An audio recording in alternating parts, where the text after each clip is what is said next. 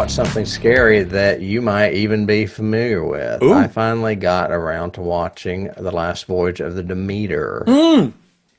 I have seen that, yes. Yeah, and I remember, I think, when you did it for a genre week, you said that you liked it a lot, but that you felt like they didn't show the human side of Dracula. Correct. I get that, but I don't think it was necessary because of the setting, really. Anyway, I don't know. They just treated him like a beast, like a creature. Rather Well, he was than, hungry. Well, he definitely got a bunch, so he should have been sated by the end of it. Yeah, I enjoyed it a lot. Mainly because there's not enough horror period pieces out there these days. Agreed. I miss the Hammer days. yeah, and I love that it's all set on the ship predominantly. I love overall the concept, which I talked about before the movie even came out. The fact that you can take just a couple of pages from a classic novel and expand it into its own story, which is the doomed voyage of this ship. Look at Rogue One. We said the same thing about Rogue One. It's basically the one sentence in the credit crawl, and it's an entire movie. Yes. Yeah. Voyage of the Demeter is the horror equivalent of Rogue One. Yeah, there you go. Except it's in the middle and not in the end or beginning. Right. And they do take a little bit of leeway. I don't want to go too much into the plot, but there is a survivor. Mm-hmm. I guess they did that in case they wanted to do a spinoff or something. I don't know. Maybe. It's directed by Andre Øvredal, who I like a lot. You have mixed opinions about. He did Autopsy of Jane Doe. He did Scary Stories to Tell in the Dark. Mm-hmm. And he got famous for a movie called Troll Hunter, which I have not seen. He is, I think he's Danish. I can't remember where he's from. Anyway, the cast is great. It stars Corey Hawkins, who I knew as Heath on The Walking Dead. He was a great character in the comics that just kind of disappeared on the television show. The woman in it is Aisling Franciosi, who you probably don't remember, but I do because I saw her in that movie Stop Motion, which I told you we should probably consider covering because it's such a unique horror movie that deals with stop motion animation. Mm-hmm. It stars Liam Cunningham, who I assume you knew from Game of Thrones, and David Dastmalchian, who I knew from Late Night with the Devil, as well as a lot of other horror movies. He's kind of like a male scream queen. Synopsis is the crew of the merchant ship Demeter set sail from Carpathia to London to deliver a cargo of 50 unmarked wooden crates.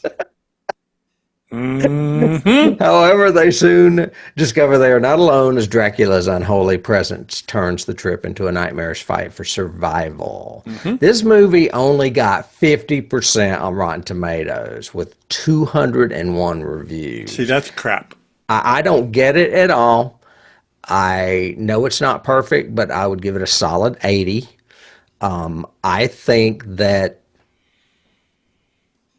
that people don't want period piece horror. I think they find it slow and not scary, I guess. I don't understand that. They have no affection for the process. Yeah, I agree. Like Guillermo doing what was it? Crimson Blood, Crimson Bride, Crimson Peak. Crimson Peak. That was another very Hammer-esque to me horror story. It's a haunted mansion thing. Yeah. Yeah, interesting. Maybe people now are just wanting that contemporary. They want the contemporary horror much more than they want period horror. I don't know. I thought it was great. I really liked it. I did too. And I loved the Dracula story anyway. And I also, now that we're talking about that, I think that it will be interesting to see what happens when Frankenstein comes out. Yeah. Yeah. Yeah. Well, I mean, Dracula did pretty good. The Nosferatu did pretty good. Yeah. So the I'm one wondering from last Christmas. Yeah, I'm wondering what it's rated, because I don't tomato, so I don't. I don't agree with Paddington being the best movie ever made. You've got to get past that. I mean, honestly, normally they're pretty good, but occasionally I think they miss it, and especially with 200 reviews saying 50%. That doesn't make sense to me. No, me either. No. But I mean, I really liked his direction. I love the lighting. I thought the costume, the scenic. I mean, it had so much going for it. It's like I said, I would have. I think when I talked about it, the only thing is I would have loved to have seen some form of humanization, even at the end, if they had just Well, they ended it. do.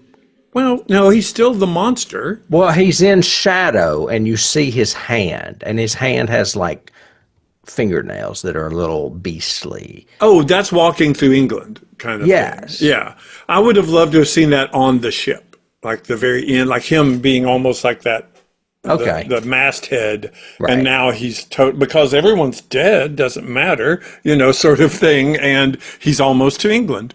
So he's ready now, sort of thing. Even though we Yeah. know from the story that he got off the boat as a wolf.